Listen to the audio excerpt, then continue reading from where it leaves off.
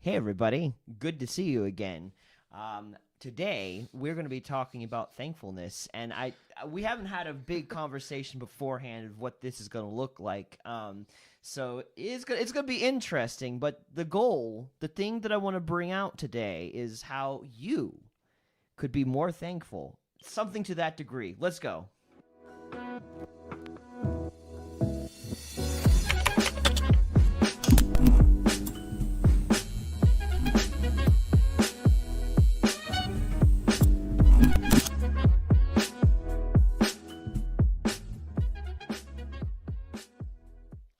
Welcome back to thoughtraid, a show where we take on thoughts and find better ways of thinking about them. I'm Brandon, and this is Tim, and today we're talking about thankfulness. And this is something that we're getting ready for Thanksgiving. You know it's coming, and this is just something that has been very important to me because there has been multiple times in my life where I've had to step up being grateful. And I think for me especially, like I go through seasons where I forget to be grateful. Because I'm focusing on all the bad that's happening, and then I feel like either A, if I'm grateful, then it's going to destroy my ability to deal with the things that are wrong in this world, or B, I forget. Like there's so many things going on, and now I'm only focusing on things that make me anxious or angry or something else, and regardless if it's Thanksgiving or it's June, like it's always in season to be grateful for things. And I wouldn't be spending the time to making like a whole thought rate segment on this if it wasn't that important. And I'm sure maybe at some point last year we went over this because this is our second Thanksgiving we're going to be stepping into as thought raid, which is crazy. And we're getting closer to our second year of running this talk show, which I am grateful for. You know, we should have titled the stream Thanks Raid. Thanks, Raid! You know what? Once I get home and I get my computer set up in my new place, I think I'll make a thing, like a whole new rendition of our logo, and I'll call it Thanks, Raid. Yeah. You know, just on this topic, though, I think being thankful it's such a simple thing, but it's so hard. Mm-hmm. I'm just thinking about being a kid, and when I was a kid, if it was my birthday or Christmas or whatever it was, there was always that one gift I was pining after. You know, I remember, I think I was like 7th grade or something, 8th grade. I really don't remember when it came out, but the Nintendo 64 was released. I was really excited because all my buddies had GoldenEye 64, the 007 shooter game, like Call of Duty before Call of Duty was actually what it is today. Yeah. And I really wanted that. I wanted it so bad. And I had to have the system and I had to have the game. And I remember my mom took me to a place in Clemens called Benjamin Franklin's. Did you ever hear If that existed, it didn't exist when I was here. Yeah, it was like an arts and crafts store. Yeah. But she took me there for my birthday, and she was like, okay, well, we're going to get you some art supplies, because I was really big into art back then, and I was such a piece of crap. Because I was like, but I want a Nintendo 64. Why are you buying me art supplies? And she took all the money out of her pocket, and she's like, this is how much I had. She has like $25. And I get upset. I'm like, what I was thinking and what I was translating was, that's not good enough. That's not what I want. Why aren't you giving me what I want? Well, piece of crap 12-year-old, you know? And I remember thinking, like, just looking back at how my parents loved me, and in that moment, what I was thinking, like, this isn't good enough for me. It's like, why wasn't I thankful? And there's so many times where I've gotten what I wanted and it was just on to the next thing. I mean, even as an adult, you know, redoing our house in different ways. We redid our basement recently, turned it into a home gym. And it's like, well, what's next? We just spent almost $1,000 doing this and lots of work. That's not good enough. I need to be sated in a different way. But yeah, being thankful when you've hit a plateau is really hard. I don't know if that's the right word I want to use. Well, I mean, it's not easy. It's not something I don't think thankfulness for the average person comes naturally. Mm-hmm. I think we're more geared to recognize what we don't have, what we lack, what we want, more than we can recognize what we do have and what's going for us. It does for me. Like I'm an only child. I grew up with both parents, which is a privilege that a lot of people do not share. And I grew up with parents that also were good to me and did their best. They were hardworking, and so they provided what they could when they could. And we weren't rich, but we definitely weren't poor either. We were right there in the middle. And so with enough time, I would get generally what I wanted. So, I definitely grew up in the best possible storm to be completely ungrateful, because most of the things that I would ever want would eventually come to me sooner or later. Did you ever have one of those piece of crap moments growing up? Probably. I'm not thinking of them in the moment, but I do not doubt that I've had moments. I think there was one specific moment that my parents will never let me live down, and now it's permanently a part of my memory, that I was so frustrated with their care for me that I literally, out of frustration, was like, why must I have parents that care? You're so full on having family members that want to be there for you that you're ungrateful that they will be there for you. That sounds like a really good Disney Channel movie trope. It does. I could see that happening. I'm a Disney trope. So, I haven't always experienced want. I've gotten what I've wanted pretty quickly, and of course we live in a country where there's abundance. Like, we don't have to worry about food, we don't have to worry about heating, we don't have to worry about sewage, we don't have to worry about cooling in the summer. We have transportation, most of us. If we don't, there are buses. There's just so many things we have at our expense and leisure, and it's just really easy to overlook all of it.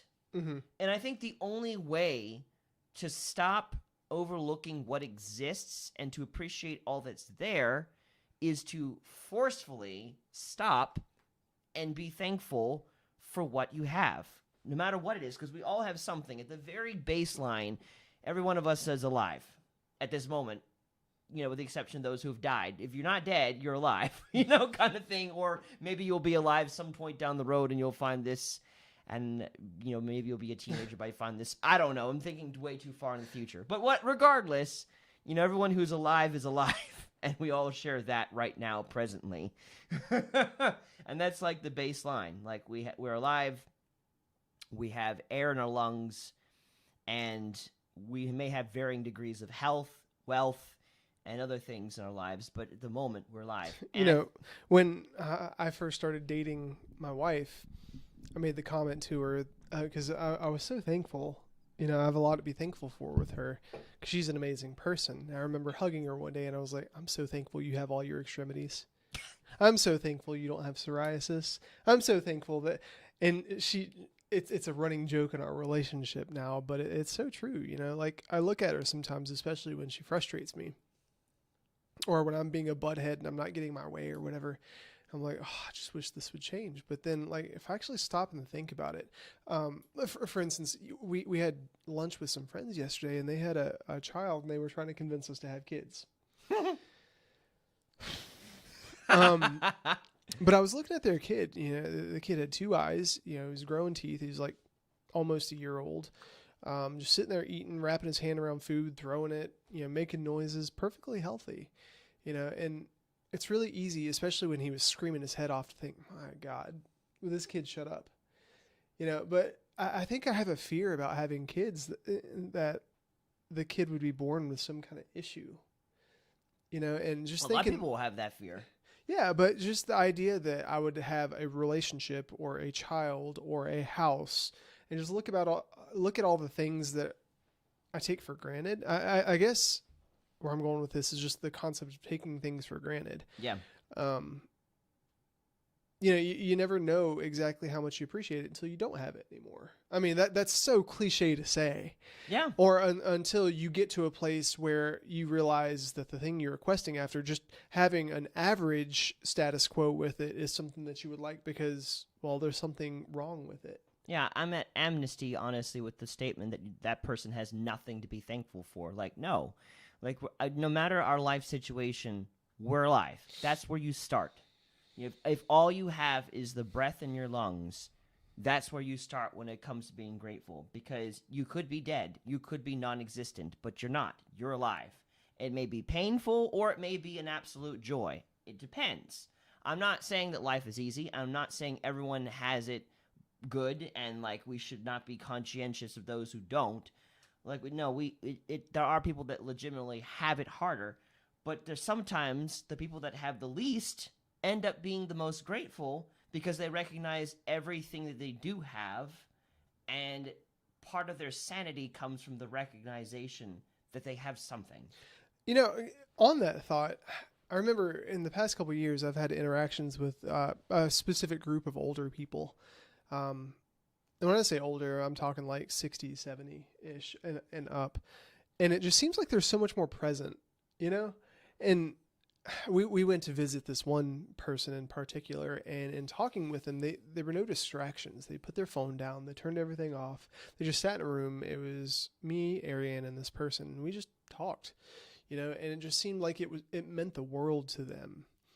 And I'm just thinking about what their life was like. You know, they've grown, they've had relationships. They were married. They've gone through having kids.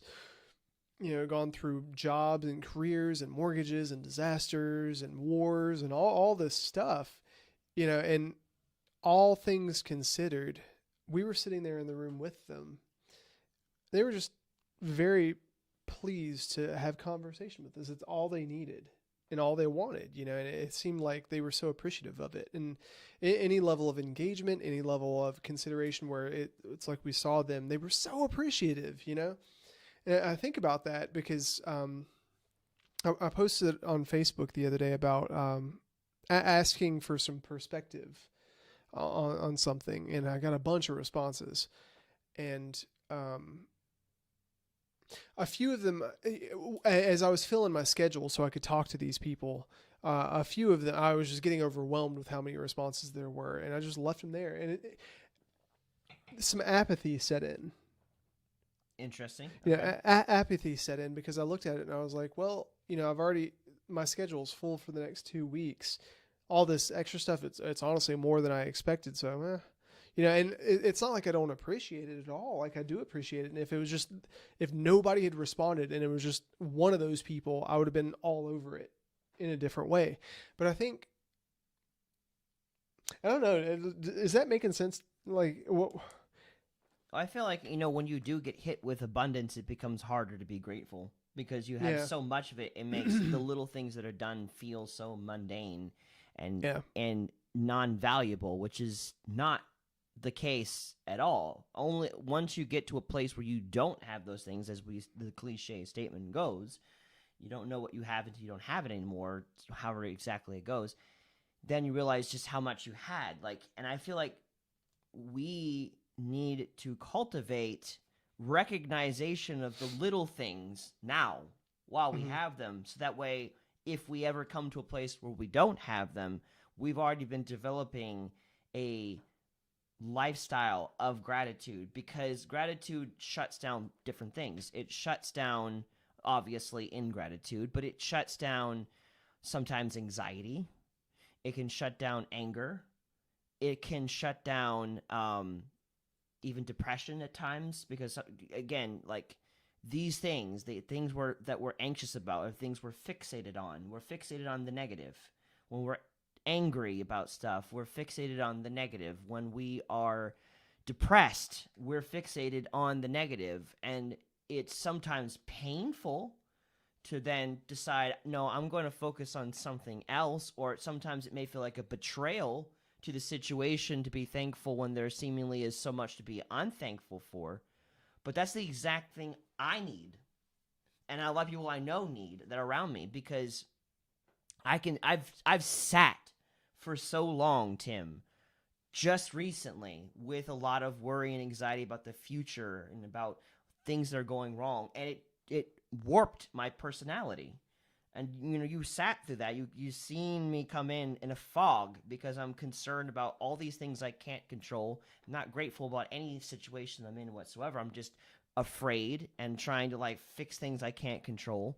And a good way to get me out of that has been being grateful for what I do have, and then I think, and that, as I'm saying that, I'm realizing, I think a part of gratefulness helps us get back to the present of what we're currently in. Yeah, I would agree with that completely, because I'm a dreamer, and I don't say that to be cliche or whatever, but I just spend a lot of time thinking about what could be. Just, the way my house looks, different renovations, different ways I can improve my relationships.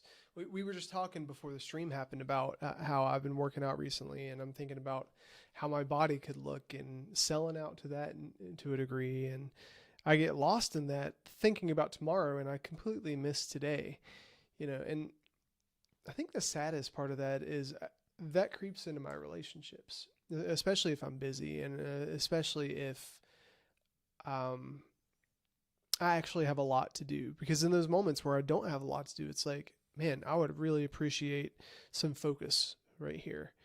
And yet when there's so many things on the table, I get not frustrated, but I think I just get overwhelmed because I want to be present, but I'm always thinking about how I'm going to get to the next event or meeting or whatever, and what I'm going to do with that. And I think, and maybe I know this has something to do with being thankful, but I think I want to just learn how to slow down. And we keep saying being present is going hand in hand with being thankful. I think I want to slow down and learn how to be present better. Yeah, I don't know. This is probably not going to come out the greatest, but it's been kind of looping through my head because the word present is a period of time that we're currently flowing to every second, but it is also in the English language a gift that is given. I'm giving you a present. For Christmas, for whatever, your birthday, whatever. But what are you going to get me for Christmas, Brandon? What do you want for Christmas? That laugh. To be continued. First, I must know. I recognize that I'm not always that perceptive in what people do and do not like. So it always helps to be like, hey, Brandon, I would like this for Christmas. I'm like, gotcha. Well, you're in luck because I have a public wish list on Amazon that anybody can search up. Oh, okay, cool. Whenever I see something I want, add to wish list. Aha. But so, in the English language, the present also represents a gift. And so it's very difficult to be thankful for a gift you don't have. What? It's very difficult to be thankful for a gift you don't have. Yeah, okay. And we exist in the present. And so existing in the future, like in things you don't have, it's hard to be thankful for that. Talking about that, hello, Stormy. Hey. Stormy made me think about this. Last year for my birthday, we had this stream where I said, it was titled, it was something about my birthday and how I felt insecure about something. Mm-hmm. And then Stormy gifts me with this game. I forget what it's called. Something about monkeys.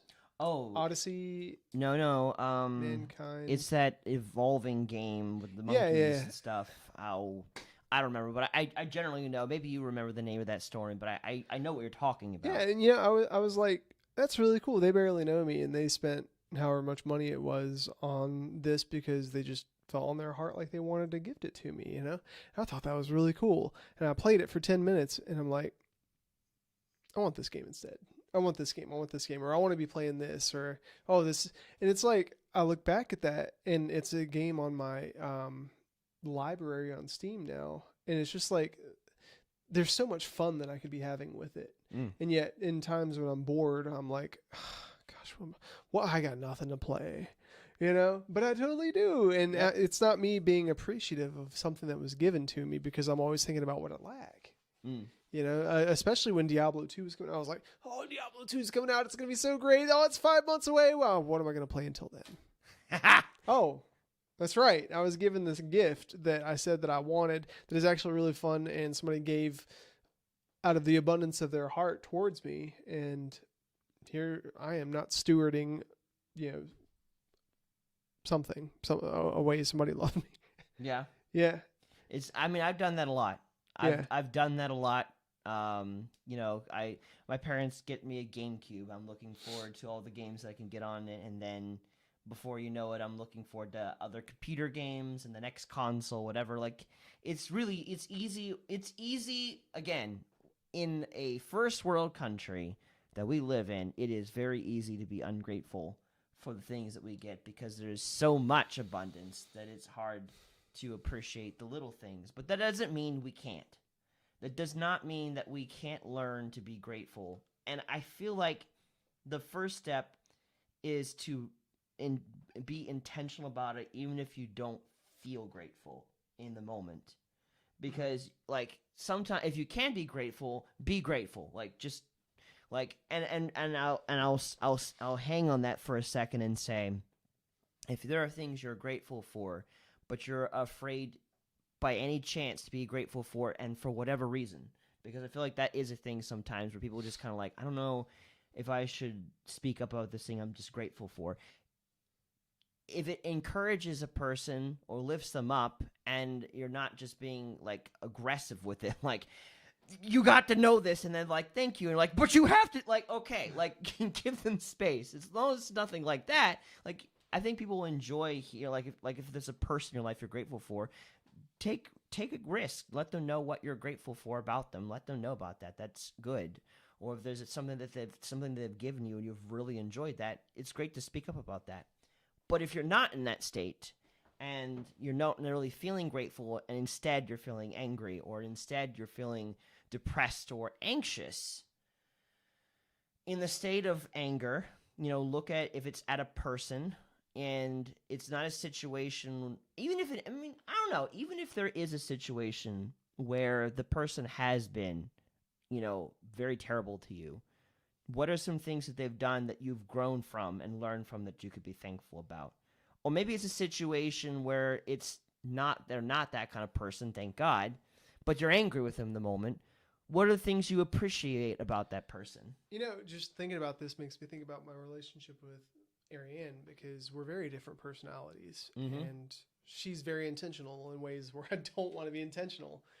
And sometimes I look at that and I really get frustrated with her personality.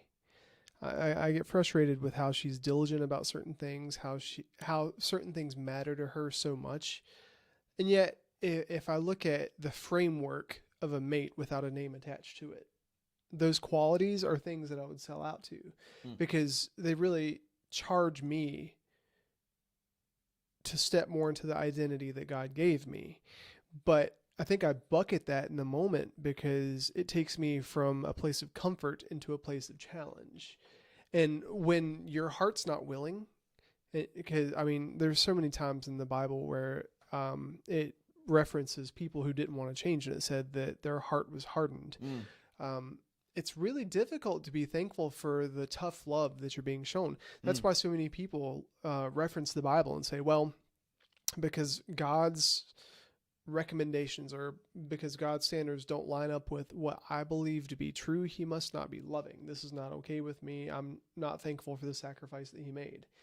But when you enter into a space of, hey, I'm thankful that you love me. I'm thankful that you died for me. I'm thankful that you have given me grace and given me mercy, because scripture says you're supposed to love God with all your heart, mind, body, and soul, and love others as you love yourself.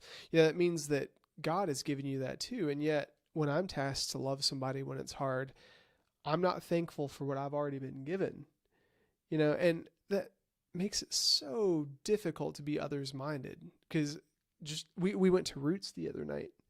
And I actually saw you there. That was nice.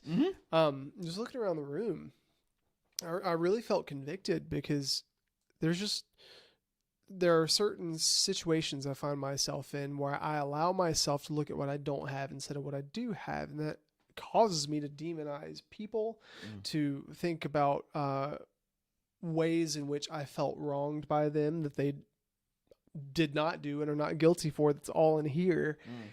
Instead of being thankful for what has transpired that has been healthy. But do you think that focusing on being thankful and focusing on the good and focusing on what you have been given without looking at the latter, do you think that's ignorant?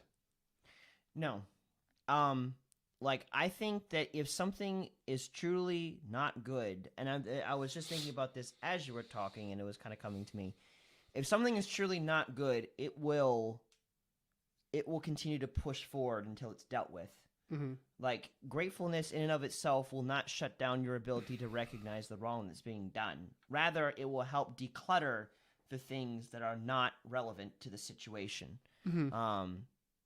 I am grateful for the family that caused me pain and issues growing up all those years, that manipulated me and all that kind of stuff. That does not make me trust them. That does not make me just want to like, okay, let's just, pretend like it didn't happen. Rather, I recognize that despite the pain they've been through, I've learned some valuable lessons from them about myself, about other people. I'm able to better recognize if someone's trying to manipulate me than I could have before. And I don't feel blinded to what they did. They still did wrong to me, but I don't resent them. I'm not afraid of them. I'm not angry at them. Instead, I just pity them. And sometimes I pray for them.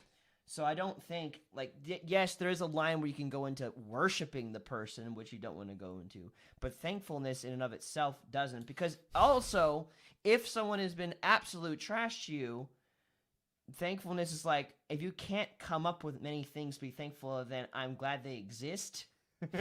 And I'm thankful that they've taught me some stuff. Then you realize maybe they're not a healthy person. Because a healthy person, you should have unending things to be thankful for them. And that's how you begin to differentiate between the two.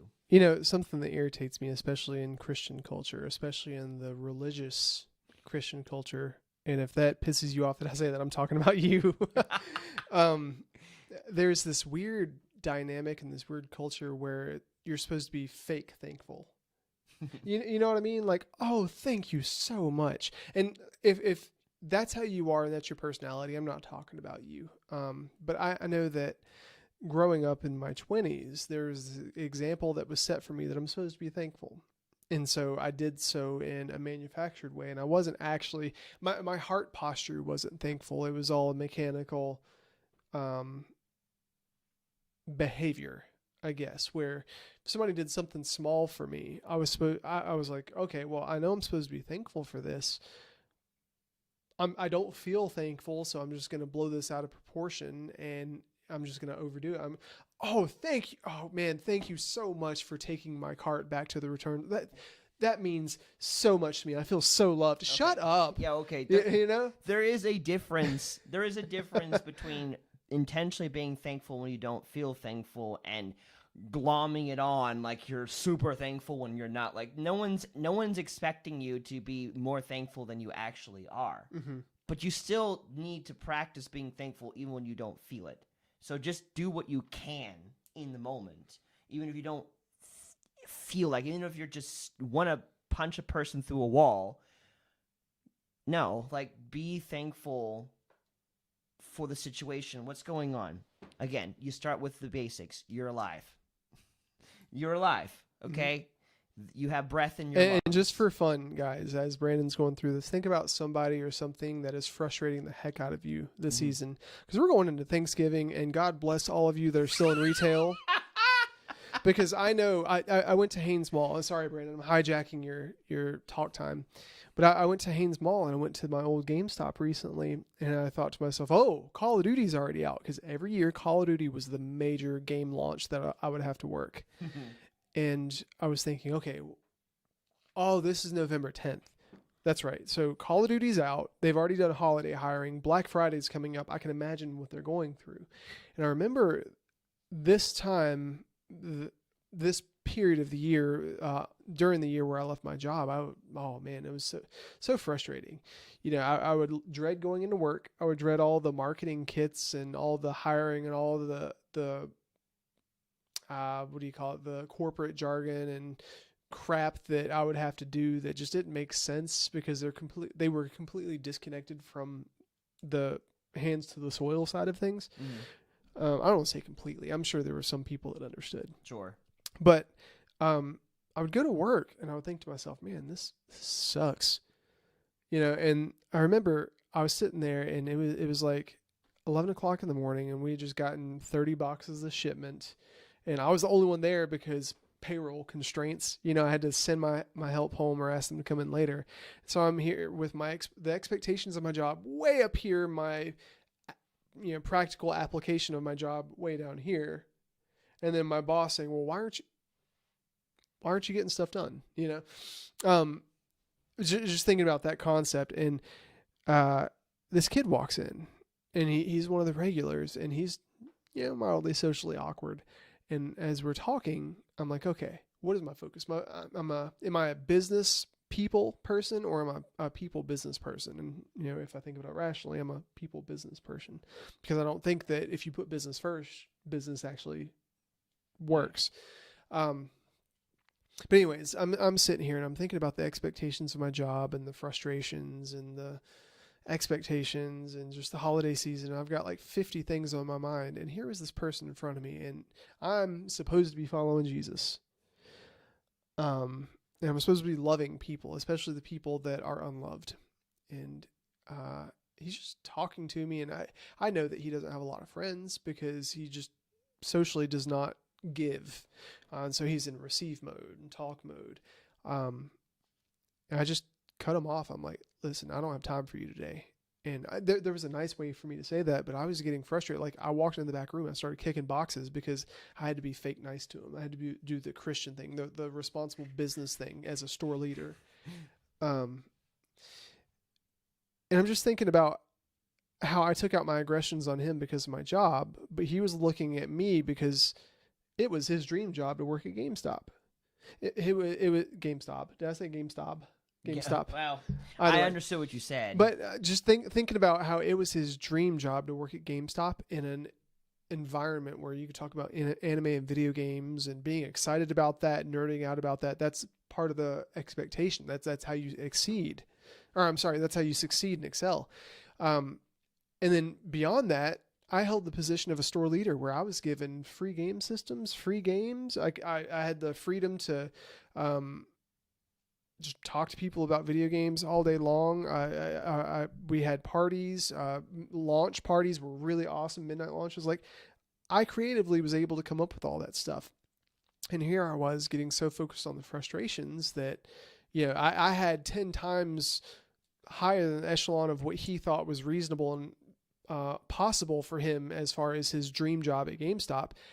And I hate my job. My job paid really well. It was in a location that I loved, surrounded by people that were really fun, and not only that, but God allowed me to be there and talk to people about him and love and create community and relationship. Like, that's where I met you. Yep. And here I was like, I hate this job. So if you guys are there right now, if you're there with your relationship, if you're there with your job, and you've had it, I want you to think about that and apply the things that Brandon's about to say, like these perspectives, like think about it this way or consider this in that. Yeah. So you got to start with the basics, because you got to go down to the roots of what you have and everyone shares with you who is live in this moment, and it's your life. Mm-hmm. You're alive. You could be dead. So that's an important place to start, and you exist on a planet that is suitable enough that it's not suffocating you to death or burning you to death or whatever the case may be. I know you could be in a different part of the world that's super cold or super hot, but right now you're alive. It's kind of like in Metroid when Samus doesn't have the suit for the radiation or whatever. Yeah. We could be completely non-existent right now. There are plenty of planets that are just dead. Or toxic or something that is just unsuitable for life. But we have one that exists in the perfect place, that there is life existent with liquid water and carbon plentiful to make us what we are. So we exist, you exist. That's a good starting place. Mm-hmm. And from there, a good thing to be thankful for is, what are you learning in this moment? Like, something you're going through or someone you're facing is about ready to teach you a life lesson. And that's something that is just irreplaceable. We can go to school and college all day long and learn all sorts of stuff, and it will hit our brains and go off to the side because half of it we may never use. Like, there are so many things in math I just don't use on a day-to-day basis in my job. And they kind of gave me, an education worth for anything that I could potentially go in, not knowing who I was. So, I'm about to learn something that's going to be applicable to the next moment, of my life. And that's valuable. Like, that sticks with you more than the average learning experience. And so then from there, you're going to learn something. You are alive. And then depending on the circumstance, there could be a lot of things. So if you're living like I am in a first world country, most of us, in at least the United States, have access to some form of rudimentary education up to 12th grade for the cost of our taxes, essentially. Like, it's not completely free, but it's not so expensive that we can't have other things in our life. That's nice. There are people in other countries that don't have that kind of luxury. Like, there's no government there to pay for or to utilize taxes towards a standardized education. You have that. Going back to the person that you're angry with, if they're not fighting you, that's something to be thankful for. You're going through all these things that are very rudimentary, and it got me thinking of this story that somebody was talking about the other day about, I forget which country, but it was some kind of country like over in Africa. And it was this guy that his company goes in and creates water sources somehow for people that don't have water. And he found this village, and there was this tale of this girl. I forget what her name was, but the situation was, they all had these clay pots, and she was taking her clay pot to go draw water, and you have to walk 5 to 6 miles per day to collect water for that day, for cooking, for cleaning, for drinking, whatever. Wow. And she gets there, she gets to the place, she stumbles, she drops her pot, cracks. And she comes home, and then everybody's wondering where she's at. And they find this tree on the outskirts of the village, and she'd hung herself. Ooh. And the craziest thing is, as they wanted to validate the story before they went in and drilled the wells or whatever, just to substantiate, like, is this real? Did this actually happen? And as they were asking around for this girl, the people were like, "Yeah, she lived here. Yeah, we actually this was her hut or yurt or whatever she lived in." And come to find out, she was 12 years old, Brandon. Wow. She's 12 years old, and dropping a clay pot was so devastating to her that she committed suicide because they're in such lack where her family couldn't afford more. She couldn't afford a clay pot. So that one little thing of not being able to get water back to her house was enough for her to throw up her hands in despair and say, I can't, I'm done. It was so disgraceful, And I just paid my water bill here in Winston-Salem. It was like $130 for 3 months. And that's, I took a shower today. For 3 months? For 3 months. That's bad. Well, it's like water and trash. How nice is that I would just put trash out there in a bin and somebody takes it away. Someone takes care of it. You go to the bathroom, you flush. There's a sewage system to take it away. Yeah. Thank you, David Huffstetler. Yeah. Yes. Who works with that stuff. When we lived out in Davie County, we didn't have a lot of overhead. We owned the property. We owned the place that we lived in. We didn't have any overhead except for electricity. But my parents decided not to pay for trash pickup, and so we would burn our trash. And I remember it got overwhelming. We took our trash bags and we just threw them on the back of this old truck that was broken down in the yard. And over time, you look over there and there's like 50 trash bags in the back of the truck. And my dad would, in the driveway, just take all the trash bags that were full and he would burn the trash. Wow. And it was very stressful. And it didn't compute to me back then why they just didn't have the stuff taken away. Actually, it did, because we were not great with our money. And I don't fault them for that. They did a very good job raising me and providing, because I stayed with them until I was in my late 20s, because I was not taking responsibility for myself. But even then, I wasn't appreciative for what they were doing. Just the fact that my dad would work 50, 60 hours a week and then come home and do that. I remember one time I was like 25. He asked me to do that, and I was playing a video game and I just wouldn't do it. And then he asked me, "Hey, would you put my clothes in the dryer?" And I remember I stayed up super late. And I just got lost in what I was doing. And he got up at like 6 a.m. to go to work, and he got upset with me for not putting his clothes in the dryer. And I got upset with him for getting upset with me. So talking about not being thankful. Yeah. Yeah. So there's a lot. So, another one I thought of, if you get angry with someone and you're not concerned about what's going to happen next if you're going to just go through with your anger, because you know that something is going to probably come and intervene between you and the other person you're going to fight. That's something to be grateful for, that we actually have a safe enough system, that there is a police force, that if there's a fight, I don't have to completely defend myself. A policeman can come and break us up or something of that nature. Mm-hmm. Like, there are places not as privileged as our country that have to have guards specifically set up to protect small areas because the government is not going to be able to take care of them. That's what it was like in Mexico, man. Because we flew into Cancun, but we drove west into Valladolid and then into Merida, and it was several hours drive, and there were no police. There was no government protection, especially for foreigners. And so it's like, if we had gotten pulled over and somebody had tried to extort us for money, which actually happened. The police extorted us for money, of all people. Wow. Yeah, we got pulled over on the way to fly out of Cancun. It was our last day. They ran our tags. They saw that we were in a rental, pulled us over for speeding, and they said, "Well, we can give you a ticket and you'd have to fly back, or you can go to the ATM and pay me." I forget how much it was. It was something 75. It was $175 US or $375 US. And they said, "We can make this go away. You just have to pay me." You know, and thankfully, if that happened here, sir, what's your badge number? Like, there's accountability. There's accountability. But just thinking about that in general, you know, you were talking earlier about the school system, about how most people, probably 90+% of Americans, have access to free school. Right. We have access to water. We have access to welfare.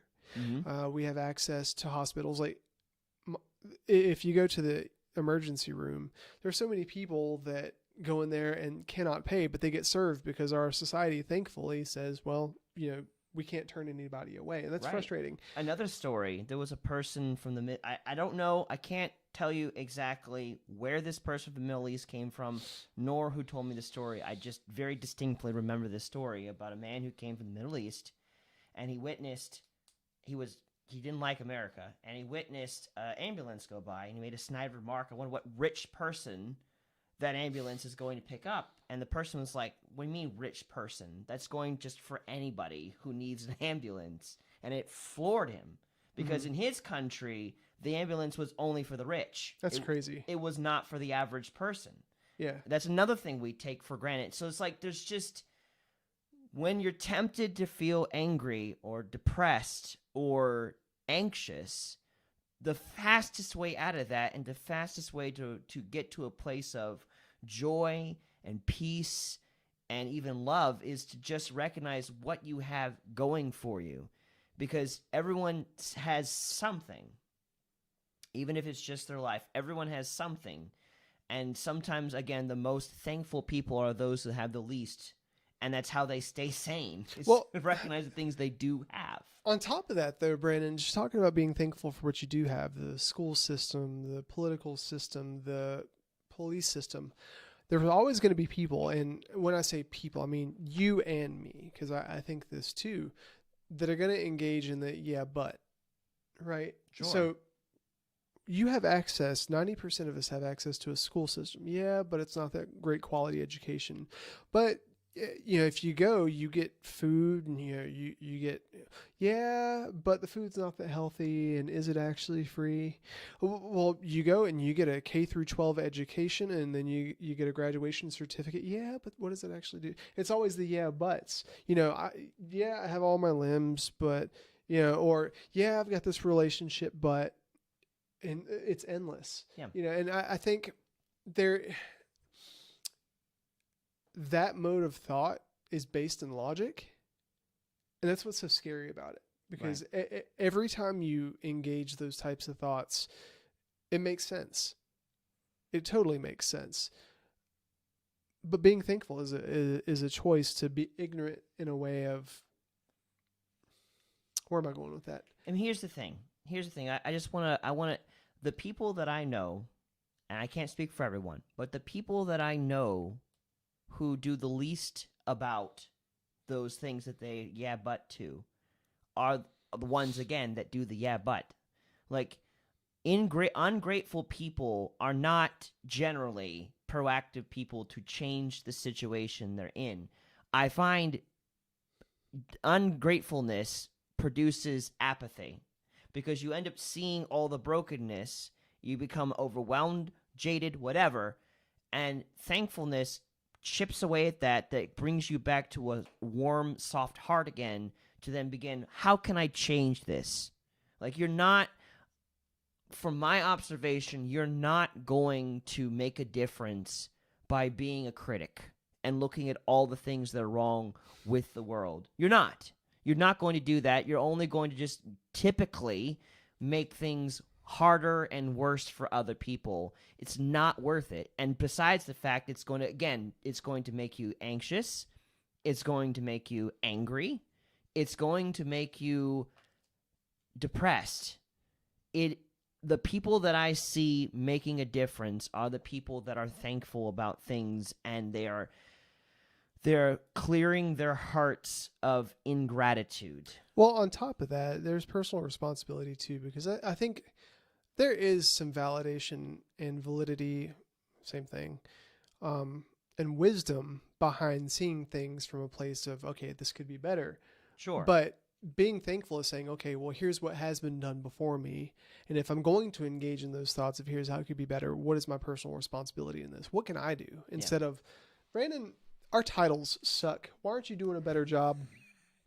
Why don't you help me with Brandon, this? look at the production quality of our stream.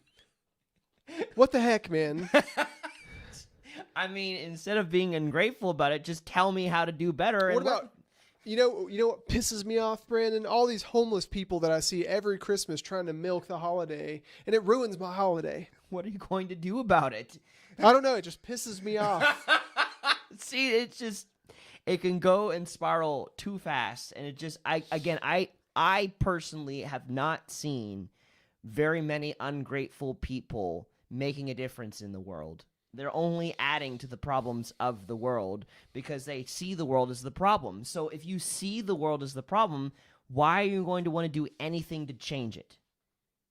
Why motivate yourself to help a world that is so broken and flawed beyond your control? Like, unless you have a moment to be grateful for what's there, and then how can I add to this? They're not, until Christ returns and sets up his kingdom, there just is no perfect system. Even the best of the countries in this nation, whatever you may believe that is the best country, I don't care. They're still flawed, and they're still going to have so many things wrong with it. And the only way that we're going to make any one country better is by recognizing what they have and being grateful for what's there, and then helping them with whatever they're weak in. You know, how can I work with this? Thank you, Lord, that you've, like, for instance, there's a lot of people like, what does a poor person have to be grateful for? They have, like, the country hates them. They don't have this or that. Like, they have a worse start. And yes, there is some truths to that. I see that. But I've had people with less than I have change my life and affect me in a positive way. And I've taken that, and then I've gone and I've helped other people to the best of my ability. Like, you have a voice. Like, poor people have a voice just as much as rich people do. You may not be able to throw out advertisements everywhere to get your voice farther out or whatever the case may be, but your life is not pointless just because you do or do not have as much money as someone else. Like, ThoughtRaid, at this present moment, as we're recording this, we make presently about $68 a month. And before that point, we made nothing a month, obviously, when we first started. And yet, we have been able to reach thousands upon maybe working towards 1 million if you were to calculate all the views total between all the social media sites we've done. We've been able to make a difference with people's lives just by sharing better ways of thinking. So, and that was for free. Like, no one bought me the initial equipment that I had to start this. Like, my parents did help with the green screen, but, like, I bought the computer parts. You had stuff that you brought to the table with us. And all the stuff we've been doing for free. Don't let anyone disqualify you based off what you do or do not have. You have a life. You have a voice. You have a story to be told. That makes a difference. You don't have to have things in life to make a difference in someone's life. You can be grateful for what you have so that you can recognize what you do have so that you can steward what you have. And I want to, and I think we should close it out because Sure. we're getting close to time, but something you said earlier that is relevant to this. You said, I don't see many ungrateful people making a difference in the world. I disagree, but in a way that actually agrees with you. So you said, I don't see many ungrateful people making a difference in the world. There's lots of people. Like one of the main people that I think is Greta Thunberg, that annoying little girl, whatever, that's being used as a, whatever.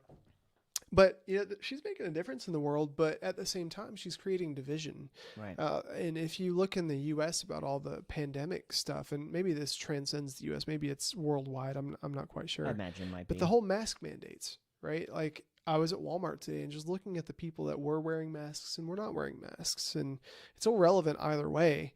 But I'm sure people wearing masks were looking at people that weren't and thinking, "You piece of crap." And the people that weren't wearing masks were looking at the people who were. It's like, you piece of sheep, And just thinking about how being ungrateful for what we do have, like we have a vaccine that has saved lives. Yeah, but it's also taken lives. Well, we have a government that's trying its best to curb this so that, one, there's not hysteria. Two, people don't die. Yeah, but it's all about government control. When you think about that and being ungrateful, you can make a difference, but all you do is you create division. Making a difference through division is much different than making a difference through unity. So I just want to throw that out there, because when we're talking about all these things, you can find bias, specifically confirmation bias and echo chambers. They're going to support any of your yeah buts, right? And it'll validate and substantiate your reason to not be thankful. We're actually making a difference because we're championing this thing that, damn the man, that whole concept. But I would caution you and just look at Jesus, right? Like he just lived his life from a position of thankfulness, and he gave from what he had. Yeah. And he didn't inspire people against one another. When the Pharisees, for instance, came against him, who were the very type of people that he came to aggress, so to speak, he didn't call them a piece of crap or throw away their humanity. He just asked them questions and tried to incite some conviction. Some of them he called whitewashed tomb snakes. The Pharisees, like he definitely had a problem with them. But then again, the Pharisees were also a representation of very ungrateful people who would constantly be like, "Thank God I'm not them." It's just like they're grateful, but they're grateful that they're so much better than other people. No, and that's its own kind of wrong. It's one thing about being, it's one thing about ingratitude, but being grateful that you're better than someone is pride. It's still a bit different. And he was definitely against pride, but I mean, pride comes before a fall. And, some people will say he's tough with the Pharisees, but in other ways he was loving with them by showing them like, hey, you are hurting yourself and you're hurting other people. Stop it. Yeah, but the key there was he didn't just throw them in the trash. He asked them questions and tried to draw them out to help them understand. Yeah, because they were not very honest.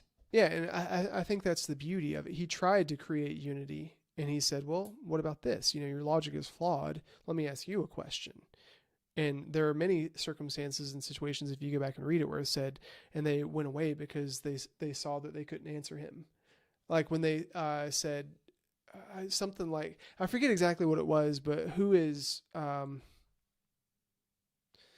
lost it. But basically no clues? Huh? No clues? Nothing I can work with? with? It's something where they asked Jesus a question that was going to try and trap him. And then Jesus asked them a question, which would either cause, if they answer, there was two answers. One where it's like, okay, God isn't who he, or baptism. No, that's what it was. Where does baptism come from? No, I think it specifically was from John the Baptist, specifically, because they were coming to like, is John the Baptist a prophet? And he was like they were coming, by whose authority? It was like, by whose authority are you saying these things, or something to that degree? And his response was, I will tell you that if you can answer this question, by whose authority was John the Baptist doing things? And they had to stop and think, because there's like, if they said by God's, then they would like, why didn't you believe him? And then if he said by man's, then people would get angry because they thought he was a prophet. So then they said, I don't know. And then Jesus was like, well, I'm not going to tell you. It's like, well, guys, there's a hole in your logic here. Yeah. But either way, the crux of that is be careful being ungrateful and making a difference, because it's very divisive. When you engage in something from a position of thankfulness, that's really how you lead people. You show people that they are enough as they are, that they have enough to do what they need to do with what they've already got. And really, that's where abundance comes from. If you take any Dave Ramsey class, he says that you generate wealth not by making a ton of money, but spending less than you take in. That's just how it works, And if you look at things from being ungrateful, it's basically overspending what you're taking in, if that makes sense. Yeah. Anyway, that's the caboose for me. I'm done. Yeah. So yeah, I think I just want to encourage you guys, be thankful. Be thankful, start with the basics. You're alive. Begin with that and actively look and find how. I challenge you to actively look and find as many things as you can to be grateful for, because I promise you will find more than you think you can find.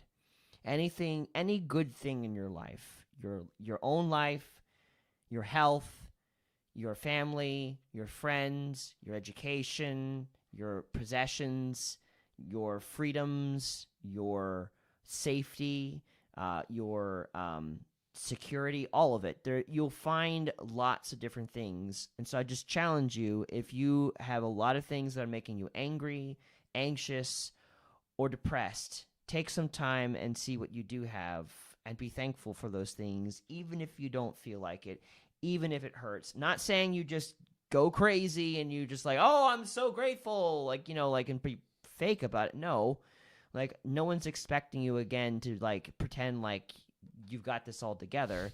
Just start with as little as you can get away with, I guess, and build from there. It's like, okay, thank you, I'm alive.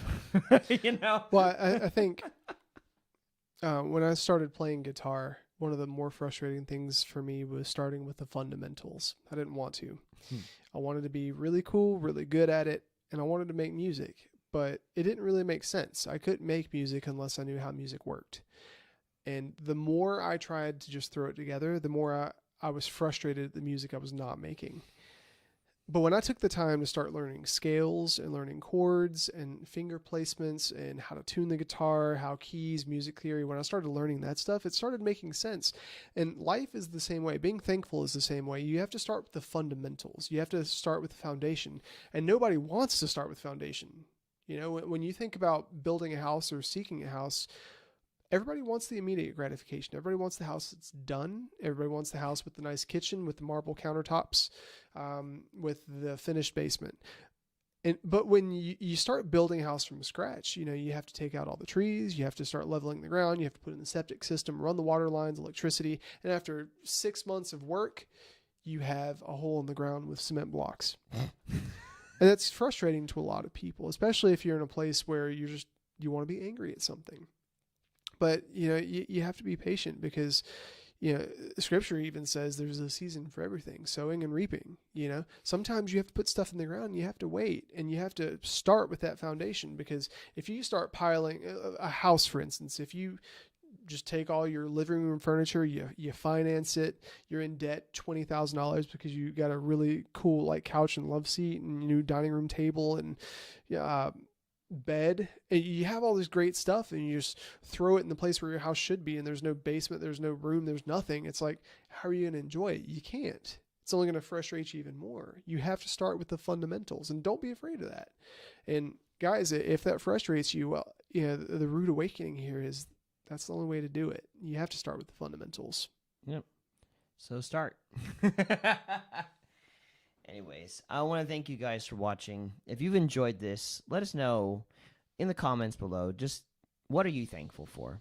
let's just start there. If you're watching this right now, you've come to the end of the video. Thank you for watching all the way through. What are you thankful for? We'd love to look at that later on as you begin bringing your comments. Let us know.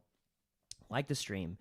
And also, furthermore, subscribe and hit the bell notification if you've been enjoying our content. We enjoy participation. We would love to get to a place where we're going to have to find creative ways to see all people that are participating, but we haven't gotten there yet. Participating. We're still new, so you have the opportunity to join while we're new, to talk with us, but we have very few people talking sometimes, so we can have that more one-on-one, long, in-depth conversation. So join now while the getting's hot. Hit the bell. Getting is hot? I don't know. That is so weird. Why would you say it that way? And hit the bell notification. Getting is hot. I think it does something. It lets you know when we go live, so you can be a part of this. Strike while the iron's hot. There you go. That's a statement. It's another strange one, but it is a real statement. Anyways. We want to thank you guys for watching. Yes. We broadcast every Monday, Friday, and Saturday at 7 p.m. Eastern Standard Time, and we will be live. Actually, we'll be pre-recorded Monday at 7 p.m. Eastern. So we'll see you then. We're looking forward to it. Good night. Yeah, I can see far away from where I've been. He says I see a potential. I see a potential in my eyes. I see a potential. I never lost sight of the reason why you're alive. You're alive. You're alive. We sing Jesus.